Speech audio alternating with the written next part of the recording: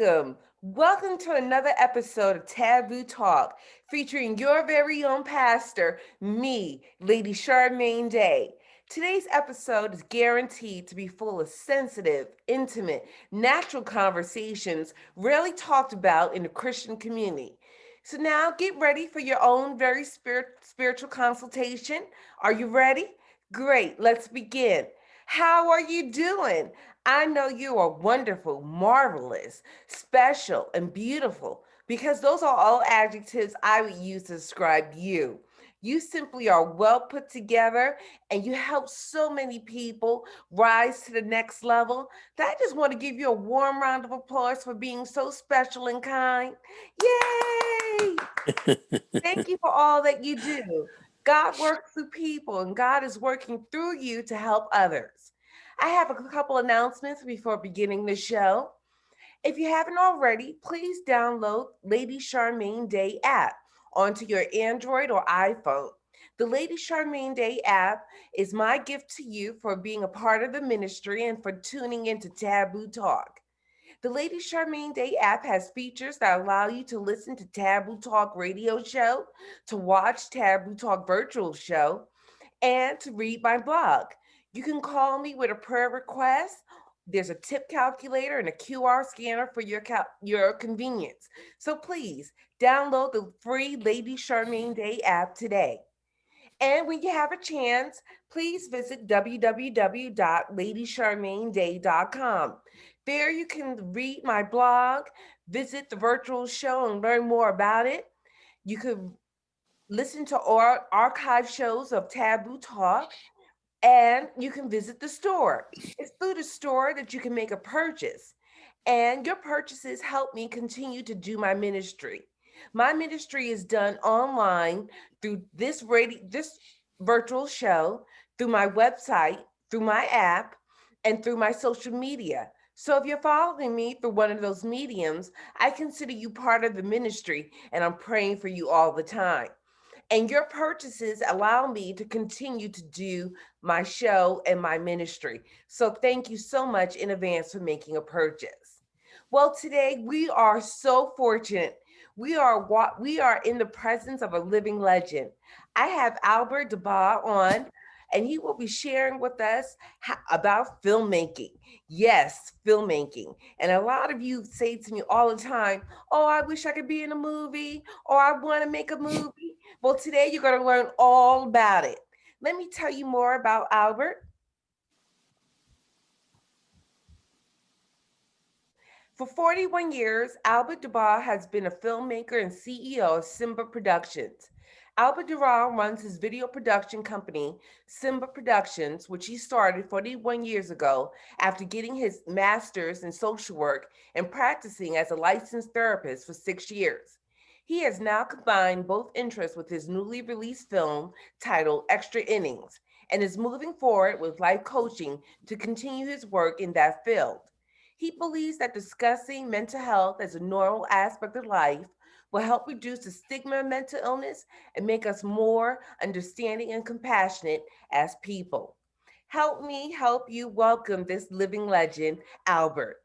Albert, how are you? How are you, beautiful? I'm great. I'm great. I'm doing really great. How are you today? I can't complain. I'm so happy that you're here today. Thank you. Thank you. It's a pleasure to be here. Looking forward to this. Yes. All right. So, Albert, my first question for you is to tell me about yourself. Where did you grow up?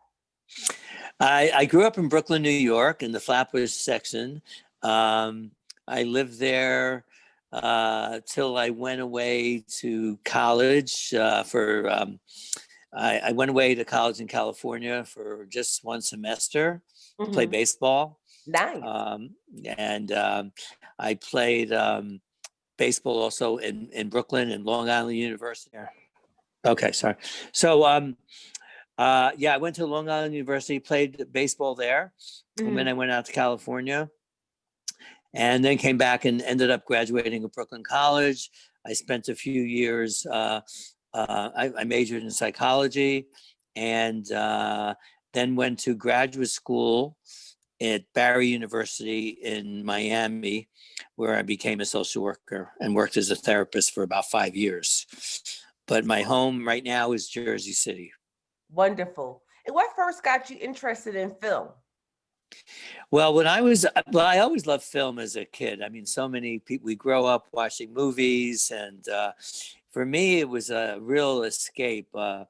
My parents used to take, I remember when I was like, I'm the youngest of four. So when, those hot summer days, we didn't have air conditioning back then in every room or anything. So you'd go to the movie theater to cool off. And my parents sometimes would take me to some of these movies that I don't even know if they had ratings back then, but they were kind of adult films like, sometimes I remember one was called Separate Tables, about, possibly people that were married but having their problems, maybe affairs and stuff like that. And I started thinking, wow, the world's a complex place. And and just seeing the stories and the action stories, the James Bond movies when they came out, comedies. And I think I always dreamed about being in film. I thought about being an actor at times, but I felt too shy back then to even try acting. But I always felt like film is like many people grow up. You look at the celebrities and read about them, but when you see a couple of celebrities that are actors that you really love, and then you start learning. So it wasn't until I was in college that I started taking some film classes. And that's where I fell in love with Charlie Chaplin, seeing some of his silent films and his talking films, which a lot of people don't know about. I love them. And then I would read more about Charlie Chaplin or different autobiographies about different actors. And so that was always an aspect of life that I loved. And still to today, like, watching now during the pandemic, people are watching a lot more films and, series now with Netflix. Like right now, our film Extra Innings is on Amazon Prime. And I'm watching something now called what's it called? Poltergeist? No, whatever. I'll get back to that. But so when something is filmed so beautifully, you just, it takes you away, and obviously you have to have a good story to tell, not just the good cinematography, and you need good sound, and you need good actors. They don't have to be star actors. They just have to be good actors, and the direction. And so by doing the film that I've done, I've learned a lot. Wow. At what age did you finally make your first film? Well, my first film, I mean, I've been in the video production business 41 years, and did some small documentaries for different companies highlighting what they do. I did one documentary for this baseball team called the Bonnies that I played on. Wow. And that happened because I called one of the coaches that I found that is still around. And your film again. Yeah, I should. Here I am back. Yeah, and he, I told him that I wrote the script and I sent it to him, and he loved it. And I said, I'd like to know if I can use some of your baseball players for the film. And he said, yeah, after reading the script, he thought it was a great script. And then he called me up a couple of days later. And he says, could you do a documentary on the Bonnies to help us promote what we do? And they've been around 50 or so years. And they're based in Brooklyn, and they play the same field still that I played in, there, right next to Prospect Park. So we did this documentary for him. And when I ended up doing my first film, Extra Innings, which we shot in 2000, I think it was 2018. It didn't come out till 2019. And we used players from the Bonnies, and we shot the film on the same fields that I played on as a kid, which was so rewarding to be back years later and to have actual players there that still play ball. I'll tell you a funny story though. When I went to meet Jerry at the field to tell the kids about the film and see who would be interested. And I told him, we'll feed you, you'll be the whole day, the film will be on TV, on the movies, blah, blah, blah. And I had a couple of kids raise their hand, right? Mhm. And there was about 10, 12 kids. I was like, wow, I thought we'd get more than that. Right. So, right. So I came back. Oh, sugar. Did I lose you again? Yes. Um, I don't know what I did. Sorry. Okay.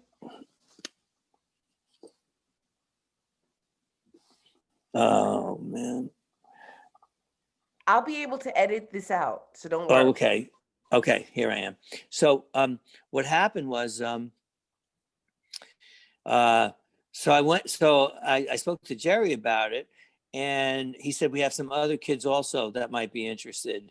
So we had a lot more kids there the next time, and I brought my one of my producers there, who was a very young, very good looking woman. It was the summer. She was dressed in these little shorts, a little top. And she goes, "Hey guys, you want to be in this film? And we'll do this and that." And she's very cute, and every hand went up. And I was like, "Oh my gosh, what a difference a woman can make." Hello. So so they all turned up, and everything worked out well. It was great. And how old were you? I'm sorry, how? How old were you? When I made the film? Yes. Oh, this was just a couple years ago. So I'm 69 now, so 67. Wow. So you made your first film, major film at 67. Mm-hmm. You're never Yeah. too old to start, are you? No, not at all. And I've gotten a few calls about possibly working on some other films recently. Someone just sent me a script that I met about 5 years ago on a shoot for Major League Baseball. Asked me to shoot the Players Union. Asked me to do a shoot for them. They were opening up a new office, or they renovated their office, and they opened up a new one. So.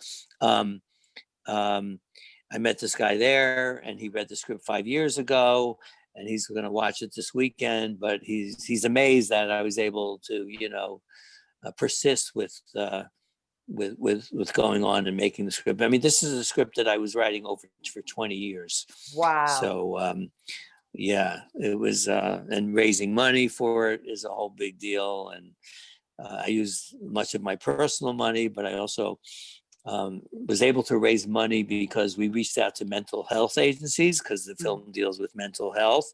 And one agency called SAVE in Minneapolis, the director is Dr. Dan Reidenberg, loved the script.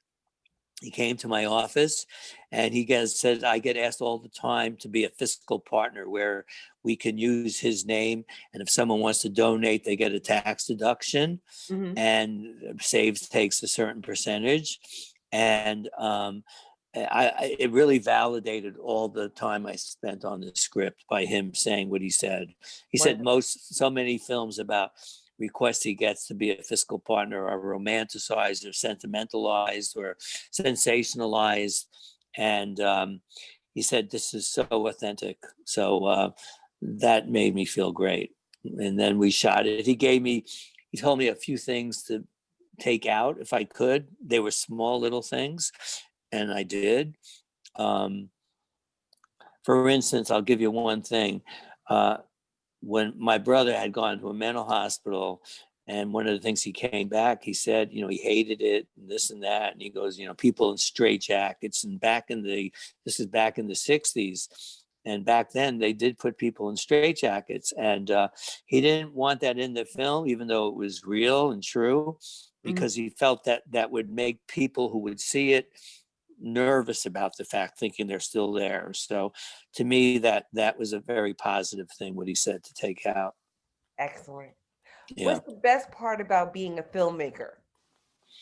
The best part, I think the community of being around people who have the same interests that you do. Uh, and not just that I wrote the film produced the film, directed the film, and acted in the film. I played my father. Wow. And wearing so many hats in this film just gave me a ton of responsibility, but it was a ton of fun, a ton of solving problems every minute. And I'll give you an example. During the second week, we shot 22 days. Mm-hmm. And during the second week, um, one of the co-producers on the film was he was getting edgy and nervous a lot and impatient.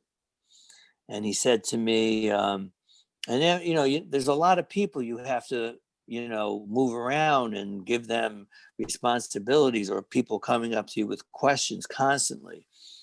And he goes, and things go wrong. Not everything works out the way you think it's going to work out, the way you want it's going to work out. But it works out the way it works out. And he would say, "How do you stay so calm?" I said, it's 10:30 in the morning. We're only here a couple of hours. You got to relax, He goes, how do you stay so calm? And I said to him, I'm learning every day.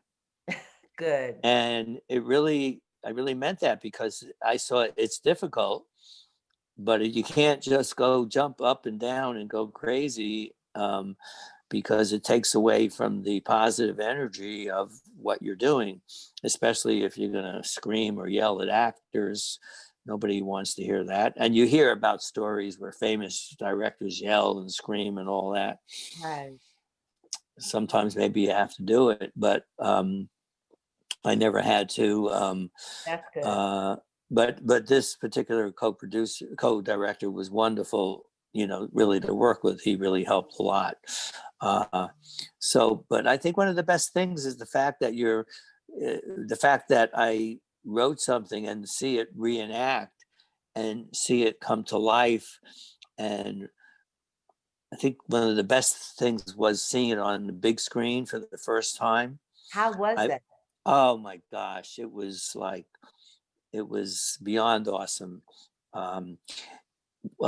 Me and my assistant at the time went in. We rented a beautiful theater in Manhattan, and it was in the afternoon. And the next week we were showing it to cast and crew and family and friends, where about 130 people came. Mm-hmm. But I was too nervous for that to be the first time I see it on the big screen with with all those people. So I invited about 10 or 15 people. But my assistant and I went to do a sound check. The projectionist says, let's do a sound and check.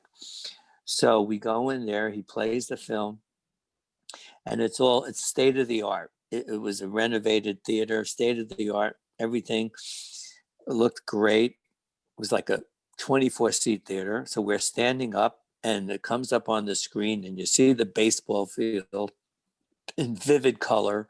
You hear the beautiful music that our composer, Peter Callow, did. And she starts to cry. Oh. And I'm looking at her, and I put my arm around her, and I said, wow, isn't this amazing? Yeah. She goes, Albert, this is so unbelievable. She called me New Year's Eve, right at New Year's Eve, to say, I didn't have the chance to pick it up in time. She goes, I love you, Albert. Thank you so much. It was great. It was really, I worked with, there's so many aspects to filmmaking. So if anybody wants to be a filmmaker, it's one of the things I'm doing life coaching now. Mm-hmm. And where I can talk to someone about whether they want to how to make a film, or if they're having a problem with something. But I also started a podcast recently called Extra Innings. So I had people on last week who are actors in the film.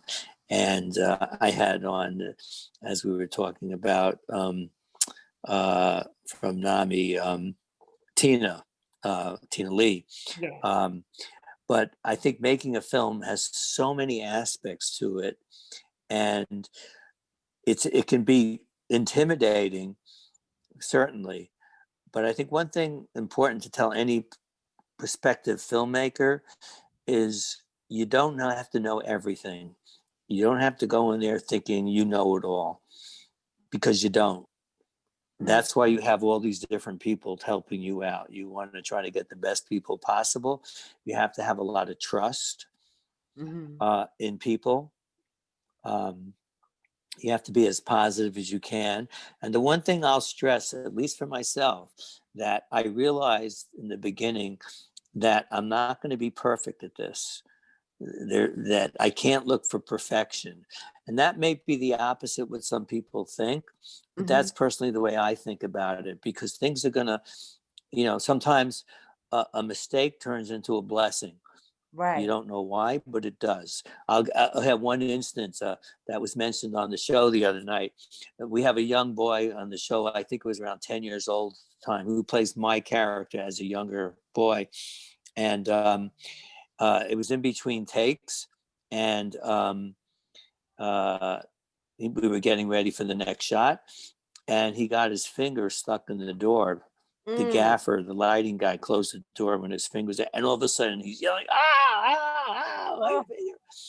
And someone yells, get ice, get ice, get ice. And we were just about to shoot. And when he opens the door, the way the scene goes is he's supposed to cry. And he said, no, let's shoot. And here's this kid who's like 10, 11 years old crying and saying, no, roll the camera. So we listened to him, and he's crying his head off. It worked perfectly for the scene. Wow. When it was over, we got him the ice. But he recalled listening to Leonardo DiCaprio having something like that happen to him in a movie. So here's a bright young kid who pursues acting as a living. He's, I think, 14 now, and he's done a few films before and since Extra Innings came out. His name is Aidan Brennan, and wonderful young actor. Excellent. What was your proudest moment in achieving this film completion? My proudest moment, I'd have to say, is when I felt really there was two moments that came kind of back to back, and this was the last day of filming. And there was a scene where the brother, the oldest, the oldest character who plays me, so my character, when he's older, is on the beach with his sister. And before this is the scene that precedes near the end of the film, where she does take her life. And I went up to them, and we had about a week off because of rain. There was a lot of rain during, like, we should have filmed the film, finished about a week earlier, but it was raining. And this was filmed up in Montauk on the beach. And I went there the night before to get ready for it. And I was so excited about it, knowing that this is the last day of filming. And I was by myself that night, and I was just thinking about all the days we shot, and thinking, okay, this is it. So here I am on the beach with the two of them and the whole crew around us. And I didn't really have much to say. I just said, you know what the lines are, you know what's going to happen after this. So just do it. And like tears, because I knew if I said anything else, I would start to just break down and cry. Right. And we all looked at each other, knowing that this was a very sensitive scene. And we did it. I don't think we did it. If we did it twice, maybe we did it twice because of the staging, because she walks away. And it was beautiful. And then the last scene, it's not the last scene of the film, but there was one more scene after that, which was shot earlier on a different day, because you don't shoot in sequence, you shoot it out of sequence. And but she's on a cliff and about to jump off the cliff, and her name is Mara Casson, who's a superb actress. And she told me about a week before that she's really anxious about heights. Wow. So, you don't know when someone says they're really anxious about heights or petrified. You don't know how petrified or to what degree. Mm-hmm. So I walked with her up to the cliff, holding her. When she gets to the top, there's like a bar there not to go beyond it. But we were still about 25 feet away from the actual ledge. And she started to really shake. Mm. And I held, so we went over the bar, but we were still far away from the cliff. And I told Luigi, our amazing Italian cinematographer with a very thick accent, who I said from the very beginning, I love you, Luigi. We had a little party at the beginning. I can't understand half the things you say, but you're an amazing cinematographer. So I tell him, I think we might have a problem on this shot, because she's afraid to get real close to the cliff. And he looked at me and he goes, don't worry about it, Albert. So I felt 100% confident that we'll get this done. And then Brian, the co-producer, helped out in getting like a gurney that we had that had a padding for her to fall into. Mm-hmm. And at one point, I'm holding her like this. And so I'm in between the edge of the cliff and her. And there was like, she goes, I go, do you feel okay now? I feel much better that you're holding me, because now I know the wind's not going to blow me over. And Wow. that's how anxious she was, because there wasn't any wind at all. There was a slight breeze, but just being up that high. And we did it a few times. And the last time we did it, it was amazing. She looks scared as anything, which was perfect for the scene. Mm-hmm. And right afterwards, you say what was the proudest moment. It was why I was so proud, because I hugged her. She started to cry. She just started to bawl. And I put my arms around her. We hugged each other. And that was the last scene of that we shot. I mean, we shot another scene or two after that day. But for me, that was the real climax for me, because it was so touching and so real, and she did such a wonderful job, and we were both crying. And when the film was over for that day, I called I'm divorced now, but I'm very friendly with my ex-wife, and I called her up, and I said, I said, sorry, I It's said, we okay. did it. It's over. Oh. It's shot. I mean, I felt like $1 million that day. I just felt like, wow, we did Oh. it. That's And I stayed there that night. They all went back in a van, and it was great, because I was able to be in a beautiful place like Montauk and just reflect, and go to the same place I had dinner the night before, and told the waitress, what I was doing, and went back and said, we just did it. Someone I never knew, just talking. And I just felt so proud that, of all the years it took to write and then to get it together, and all the people that worked on it, everyone was wonderful. I mean, there's some people that you had a problem here and there. Like I said, nothing's perfect, but I felt like everyone pitched in. Everyone knew it was a very sensitive film.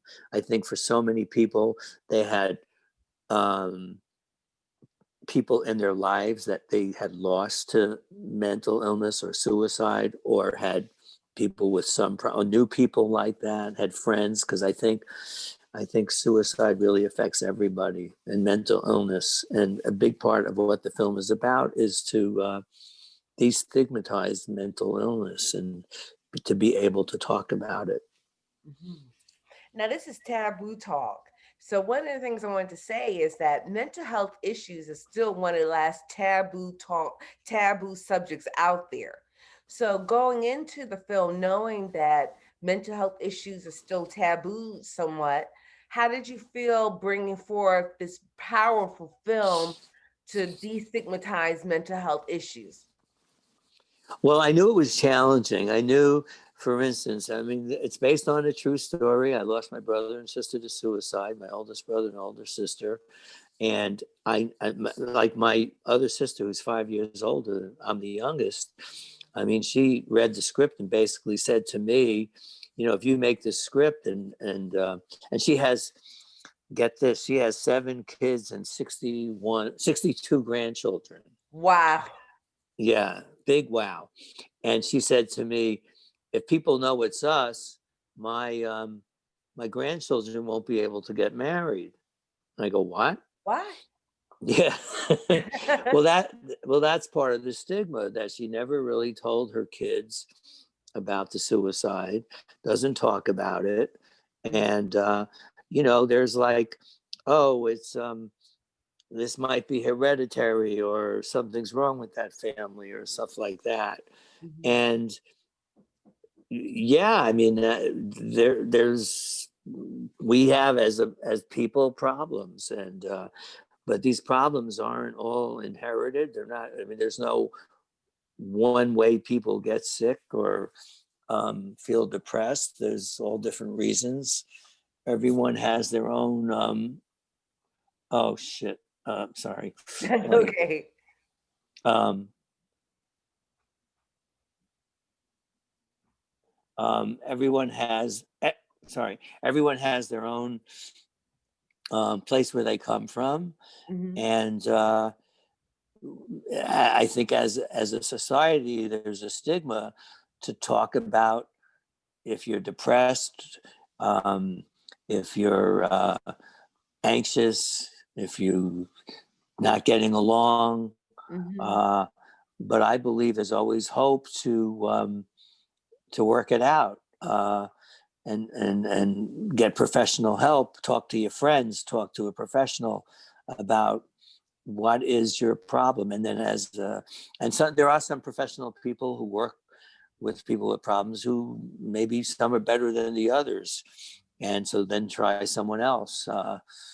And that's one of the reasons why I called the film Extra Innings, was because it's, to me, I mean, I'm a huge baseball fan, and extra innings is a term from baseball, and it's about, you know, to me, it's about life goes on, and there's hope. There's always hope. um, for instance, basketball, football, soccer, they're all run by time. Time's up, game over. This has nothing to do by time. It's, you know, I went to a game once. It was the second game of a doubleheader, a Met game, when I was 12 years old. The second game was 26 innings, and Wow. and it was amazing to me. It's like, to me, wow. And plus, there was 9 innings before, so you're talking about 35 innings of baseball, and it ended at like 1 in the morning, and it started the first game. So it was 12 hours of baseball. Wow. Now, for me, it's like each team thinks, okay, we're going to get it now. We're going to get them now, but you may or you may not.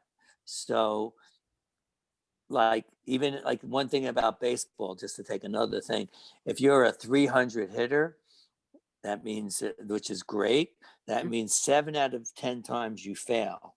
Wow. 70% of the time you fail to get on base, to get a hit. So life has a lot of failure in it, or I mean, maybe that's not the best way to put it, but there's a lot of ups and downs in life.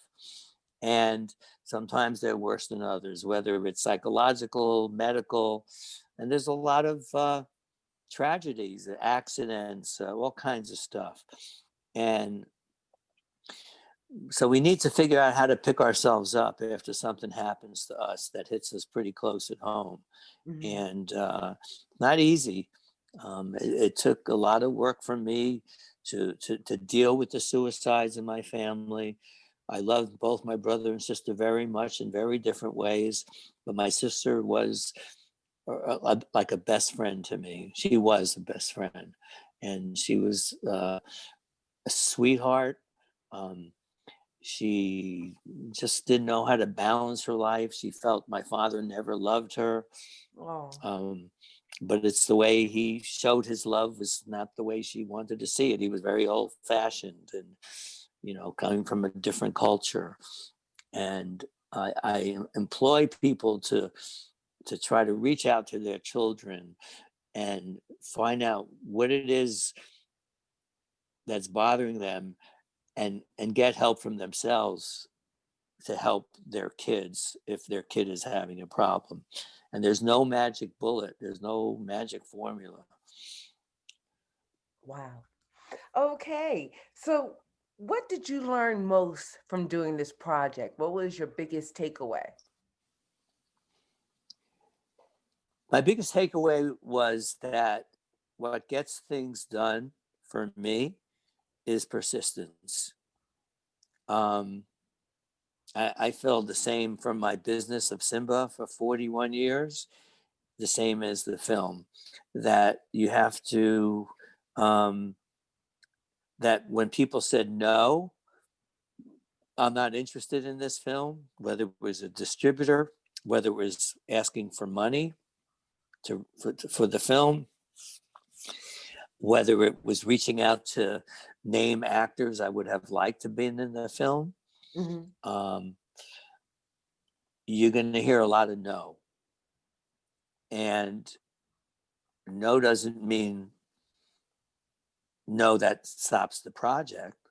No just mean that person said no. That's right. Well, there's a lot of other people in the world, and go to the next person and learn from each person. Maybe ask them why no, and maybe find another approach. There's so many books and people who are influential in life, and you may get inspired by one but not the other. So find the people that you um, feel have the same kind of consistent feelings you have. Now it might not be exactly the same because we're all different. It's like I'm seeing a woman now for 6 months. I'm totally in love with her, and Good. and and that happened. I'll share with you this. I was dating, and I had been dating someone, and she broke it off because she just wasn't ready to make a commitment, Oh, I'm sorry. and it really hurt me a lot. And Sorry. then it was about 7 months later when I met this other woman. But this writing coach that I've gone to many times, I was talking to her, and she said to me, when you meditate, I started meditating a couple of years ago, Mhm. but more since the pandemic, just about every day. And she said to me, when you meditate, put it in your meditation that you're looking for someone for a long-term relationship and someone with an open heart. And before you know it, like within a month or 5 weeks later, I met this woman named Lizzie, and it's been fabulous. It's been 6 months, but after 3 or 4 times with her, I knew she was special and that we really clicked. And there's some things we don't click on, and but we talk about it, and that's the main thing that I keep saying is it's about communication and saying how you feel. Don't hold it back. I mean, you might sometimes want to wait for the right time to say something, Mm-hmm. but if it's still there and it's irking you, say it. I know that's right. I know that's right. Well, Albert, I told people that you would be coming on the show because so many people want to do movies. It's like the American dream. Mm-hmm. And for that woman or man listening to you today, what advice would you give to them about going into film for themselves? Well, it's a great question. I think I think um, I would say if you want to go into film, number one, realize it's a tough business. It's not an easy business. A lot of people want to go into film, like a lot of people want to act. Mm-hmm. The competition is stiff, and you have to figure out what can you contribute in the film business. What do you want to write? Do you want to direct a film? Do you want to shoot films? There's so many aspects of filmmaking. What's your talent? You might have many talents. You might be a good, our cinematographer was also a good editor. So there are, you have to find your talent, whether you go to school for it, which I think is a good idea, to go to a good school for it. Now, I didn't go to school for it. I took some seminars here and there on writing. But I did have this video production business that I started, and I took a 1-day class on that. But a lot of it was just learning by doing. And so when it came time for me to make a film, it wasn't like, oh, I just wrote something and I never picked up a camera before. I knew aspects of filmmaking. But there's so many aspects, lighting, sound. Each one of those aspects is so important. So I think if you want to be a filmmaker, you have to think, what part of film do you want to be? Do you want to produce, which could mean so many different things. Do you want to direct? I particularly love directing. I felt it was like it's like you're the captain of the ship, and you have to have a good sense of people. You have to be influential. You have to get as much as you can from that person to get his job done, and that's big part of that is by by respecting them. So you have to learn how to get along with people. There are some jobs you can do in film that you don't have to be so. You have to be good at technical things, like sound or lighting. But there are some people who love it all, and I acted in student films. So that was a great joy for me to see how students work on their thesis film, how young and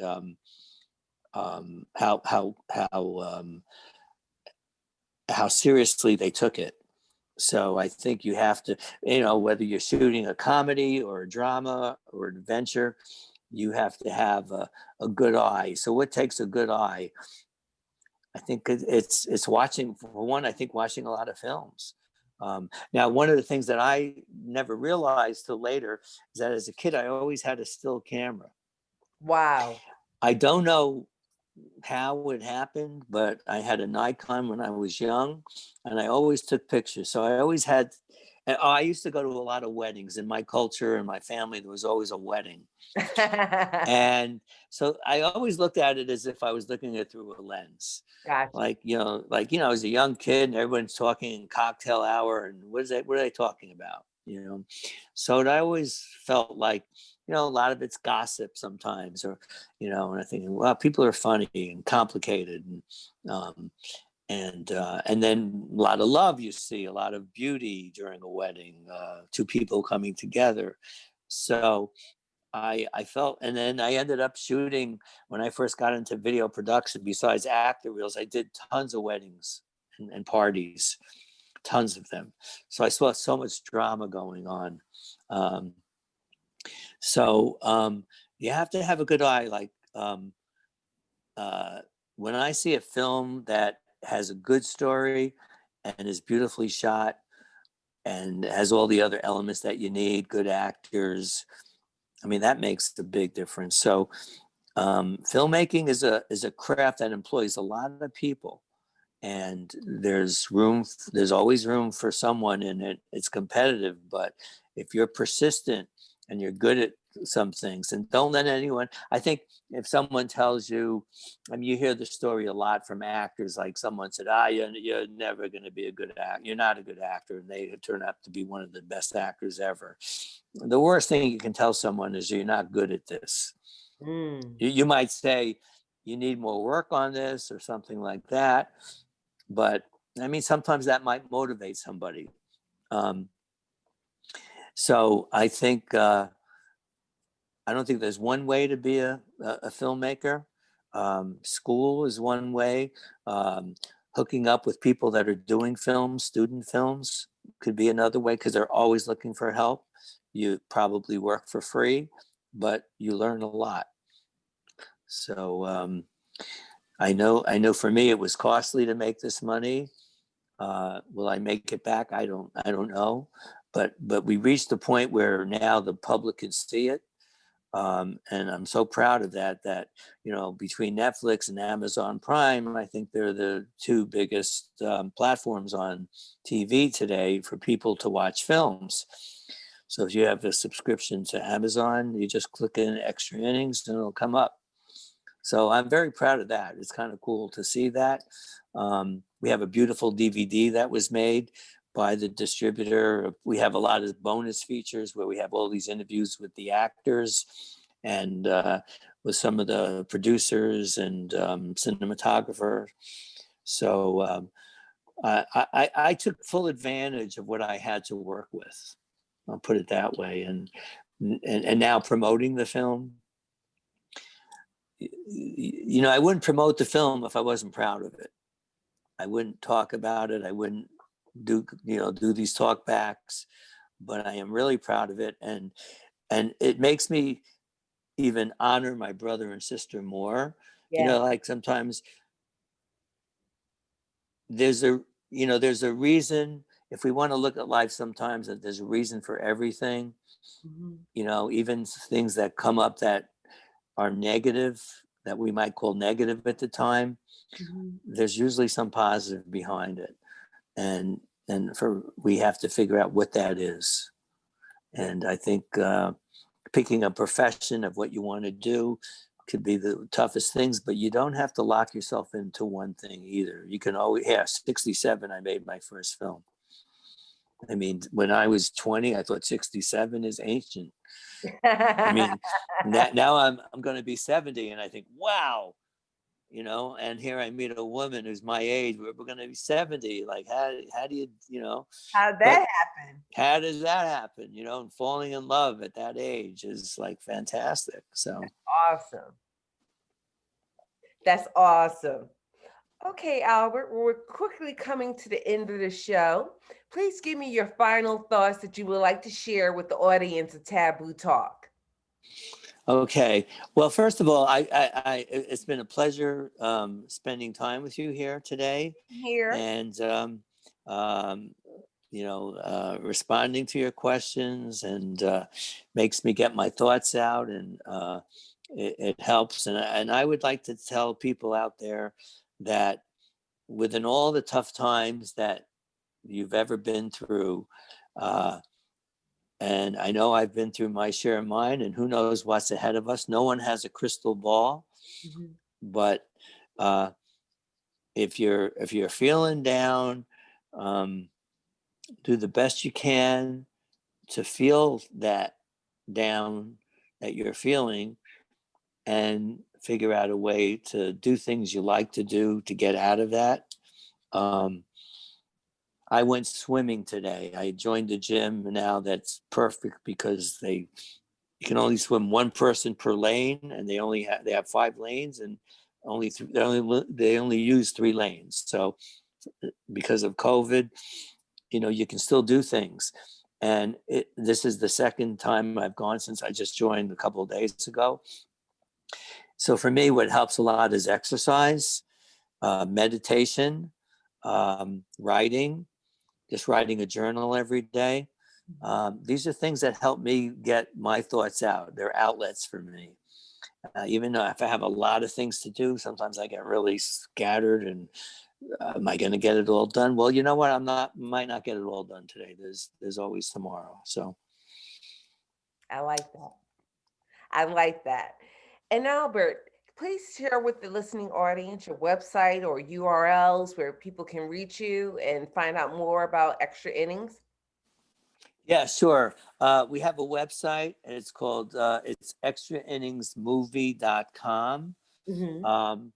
There's a phone number. I'll give you even my cell number, if any, and also my life coaching site is Dabah, and Dabah is spelled Dabah. So it's adabah.com for life coaching. And the phone number is, if someone wants to reach me and make an appointment or just speak to me, speak over the phone, whatever they're looking for, my number is 917-696-7426. And again, the name of the production company that I have is called Simba Productions. And the phone number for that is 212-216-9155. And Simba Productions is located on West 29th Street in New York City. And again, I'll just say Extra Innings, the movie, is just under 2 hours, and it's on Amazon Prime. Okay. Well, Albert, it's been a pleasure having you on the show. I want to thank you for your time, for your wisdom, and for all the advice you gave us. I learned so much. I know the listening audience, the watching audience will learn a lot too.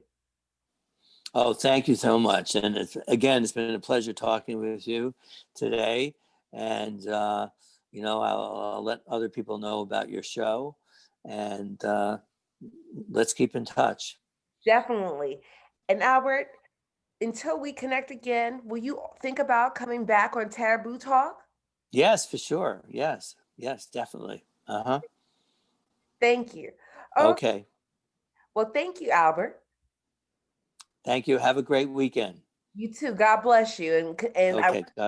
nothing but success with Extra Innings. Thank you so much. God bless you as well. Thank you. All right. Bye-bye. Bye. Wow, we have come to the end of this show. This show was done because you are a phenomenal listener and watcher of Taboo Talk. And so many of you have written in or told me that you wanted to go into film. And so I wanted to have Albert come on the show today to share with you his process, his thoughts, his wisdom on filmmaking, because he's made such a wonderful film, Extra Innings, that is impactful and helpful to those in the mental health community and to the world. You don't have to have a mental health issue to watch a mental health issue film. No, it can help you have a conversation with your loved ones about suicide, about depression, about anxiety. So all these things are wonderful that Albert has brought to life in this film. And you can bring your dreams to life. Albert was 67 years old when he made his first film. So you're never too old and it's never too late to do what you love to do. And that's what I want to show you. It's never too late to do what you want to do. Taboo Talk exists to help transform your life utilizing the principles of Jesus Christ. I promise I will continue to bring subject matter experts on this show like Albert, who will tell you about their experiences and help you along your spiritual journey because you are special, beautiful, and wonderful. Well, until next time, take care of yourself, stay special. Goodbye. Bye.